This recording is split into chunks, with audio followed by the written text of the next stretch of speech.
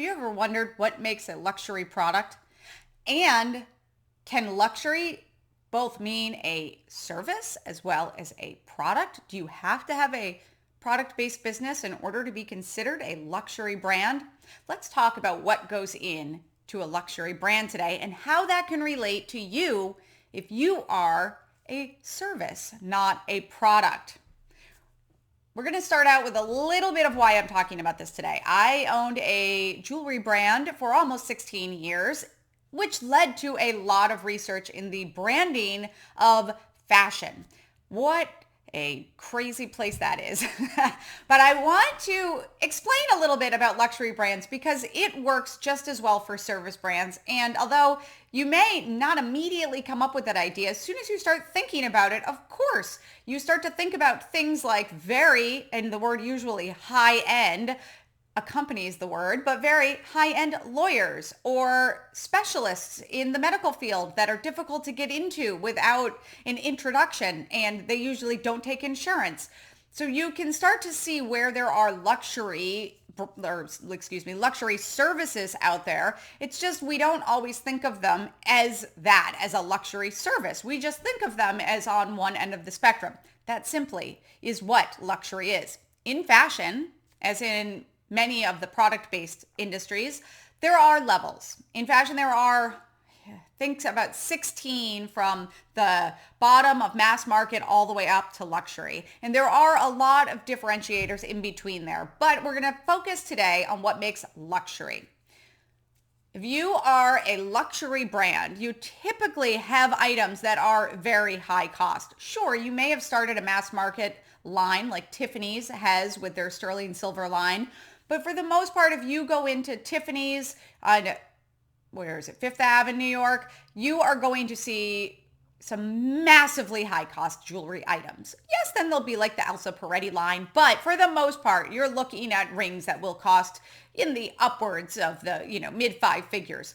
Very high cost. The same goes for luxury clothing and the same goes for luxury services. There are no discounts offered on luxury brands. In fact, years ago, Burberry had a little bit of a controversy around it because they admitted to burning massive amounts of their inventory when it didn't sell because they would not liquidate their products at the end of a season. They would not discount them.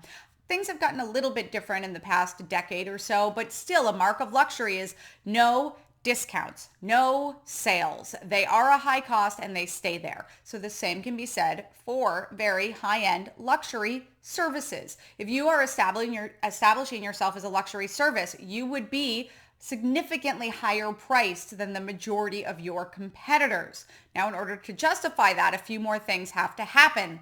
So the second mark of luxury is scarcity, also known as rarity, or even limited edition. So that often can justify why there is a higher cost. And there are often within brands levels. So I already talked about fashion and jewelry. I will then now use art as an example. So if you have a very famous artist, let's say a Picasso, you would have the original oil painting by Picasso. That would obviously gather the most attention and be the highest cost. But you also could get, let's say, a lithograph, which would be a very specifically printed item, not a poster, but a technique that is used within the fine arts to reproduce artworks. These are limited in number. Why do they do that? It makes it valuable. It also is why when a artist dies, their artwork becomes more valuable. Why? There are no more going to be made. It is now rare. The limited edition has set in for all works. So if you are providing services and you only have so many hours in the day, you can often also command that luxury because the amount that you can work with people is limited. Now, something like H&R Block, which is more of the mass market, where they have many, many, many, many, many people trained in their techniques, is the opposite of that. The third is the perceived value. That means that the customers, the consumers, the clients, the people that are out there, even if they're not purchasing, but the people that are out there aware of the brand, think of it at a high level. A lot of the fashion houses, it has taken hundreds of years in some cases to maintain that perceived value. It has taken decades and centuries to achieve that pedestal. Some never do. Like Diane von Furstenberg has always, she's kind of in the high middle market. She's never really jumped up. She credits that to over licensing in the 80s. She allowed her name to be licensed on too many things. It made it so that her brand became watered down. Why? It was not scarce. Her name was on all sorts of things, which also we'll get to in a few seconds, but the quality suffered. So these are all things not to do if you want to have a luxury brand, be it service or a product. You want it to be a high cost. You want it to be scarce, rare, limited, and you want that perceived value to be that it is a high quality, reputable, and expensive brand. Now the next is what I was just touching on, reputation. Also, social proof. So many high-end brands have used very popular celebrities in the past couple of decades. That's been a trend. But in general, what they're doing is they are associating a very luxurious name, a rarity in, let's say, film, because film, movie, whatever you want to call it, TV stars, media stars, musicians, it's very rare to get to the level of the Taylor Swifts. So if you're taking something that is very rare and you're putting a purse in the hands of that person that is very rare, that purse looks very rare, looks special.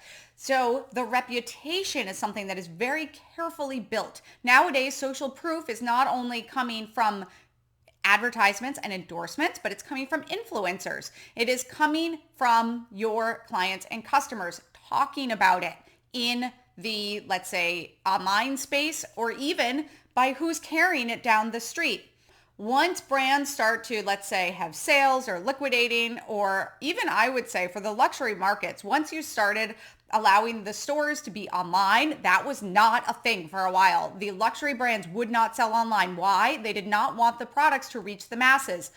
It's been happening in the last few years. The resale market, I would say the resale market is very heavily filled with counterfeits, which there's a whole nother story about that and human trafficking, but we won't get into that.